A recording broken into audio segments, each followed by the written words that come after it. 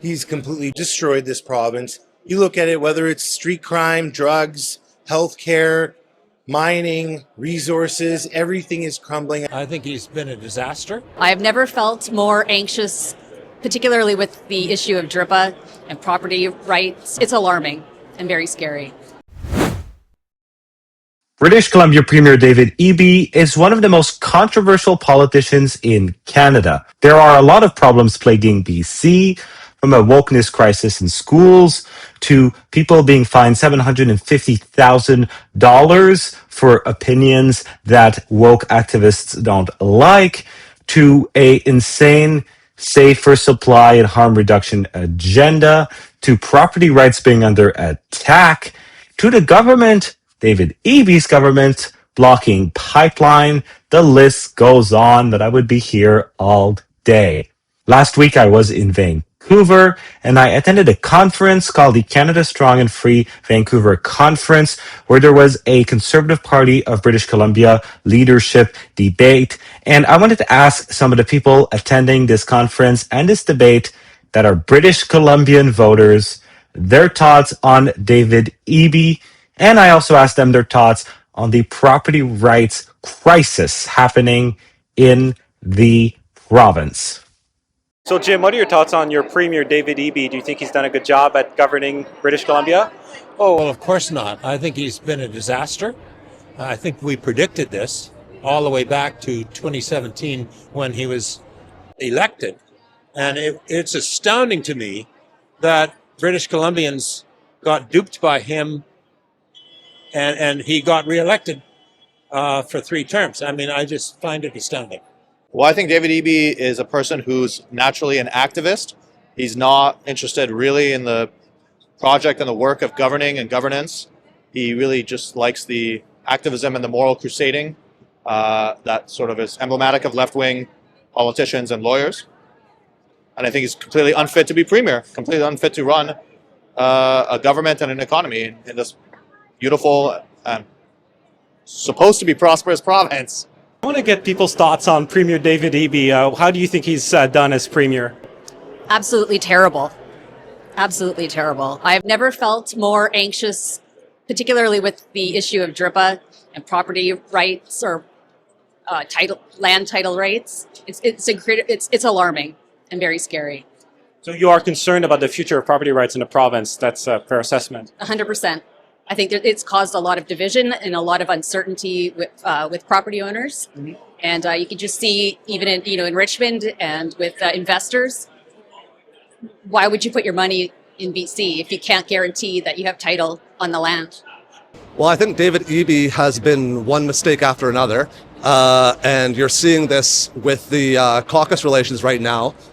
He had to put a bill forward on dismantling DRIPA, and then had to take it away because the radicals in his caucus wouldn't let him.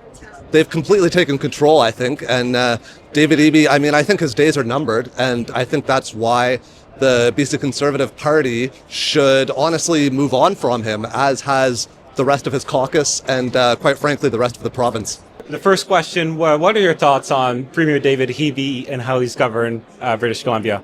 He's completely destroyed this province. You look at it, whether it's street crime, drugs, healthcare, mining, resources, everything is crumbling under his. And he is not the only one responsible. Every single NDP MLA is complicit in this because they have voted in favor and along with his policies, which have destroyed British Columbia. Are you worried about the future of property rights in British Columbia? Absolutely. I think it's going to be the defining issue of the general election, as it has been the defining issue of this leadership campaign in our party, in the BC Conservative Party. And it is really the most important issue. I believe BC has about $3 trillion worth of privately held land. Because of a series of historical reasons, BC was not really given away in treaties, but this has become blown up in an epic proportion and has become basically a noose around our neck where we cannot have major investment in BC. Imagine you're a resort company or a factory that wants to come and build $1 billion factory or ski resort in BC, and you're not even sure if you buy the land, do you own it? Who do you pay taxes to? How much will the tax be increased next year?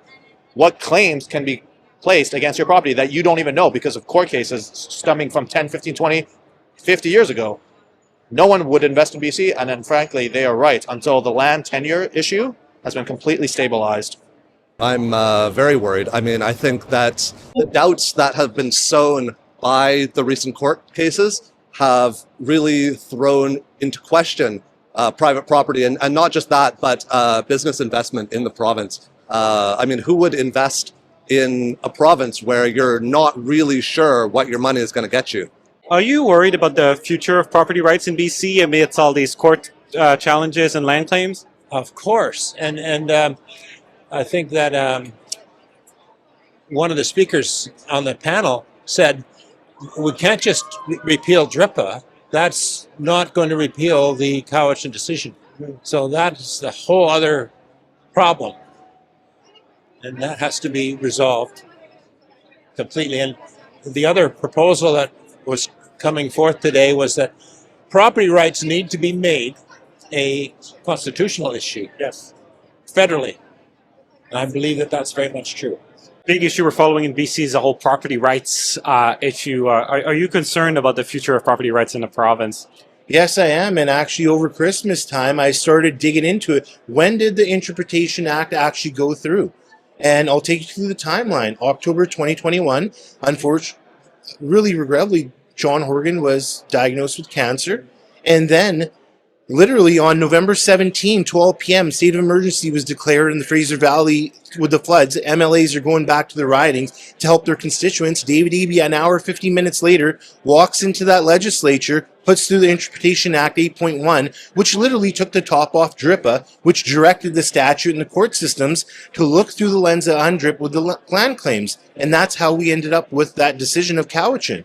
And, you know, Caroline Elliott's always been very leading force of pointing that out, how it went wrong, and so was I, and that's why I feel DRIPA is a huge issue. It's going to be one of the staples of the next election. There's the leadership race going on. Who are you supporting in this race and why?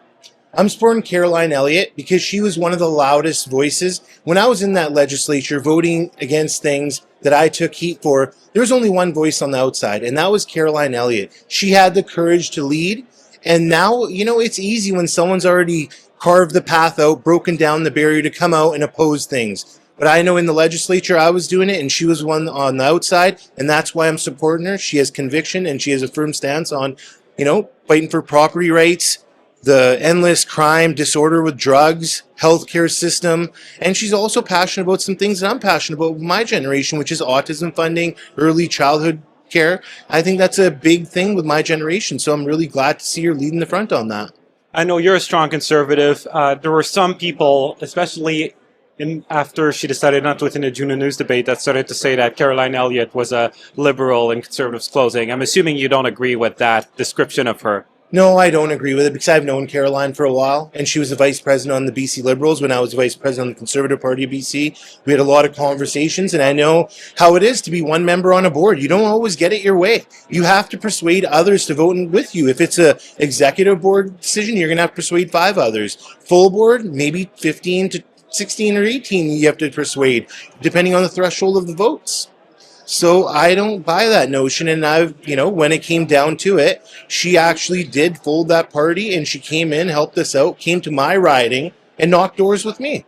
How can people who want to get involved in a party do so? Go to conservativebc.ca, buy a membership, and I'll tell you, I've been here from the beginning.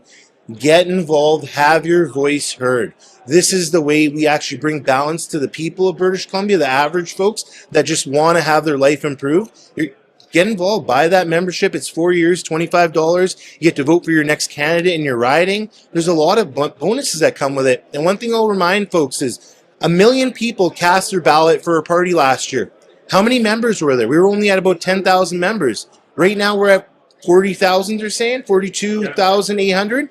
That number should be doubled. We should be getting 25% of the members should be in the party that vote for a party in general. That's the kind of party that I would love to see built. I hope you enjoyed this video. I'm unable to do this without you guys, so I really appreciate the support. Let me know your thoughts down below, what you think of David Eby. I want to hear your opinion.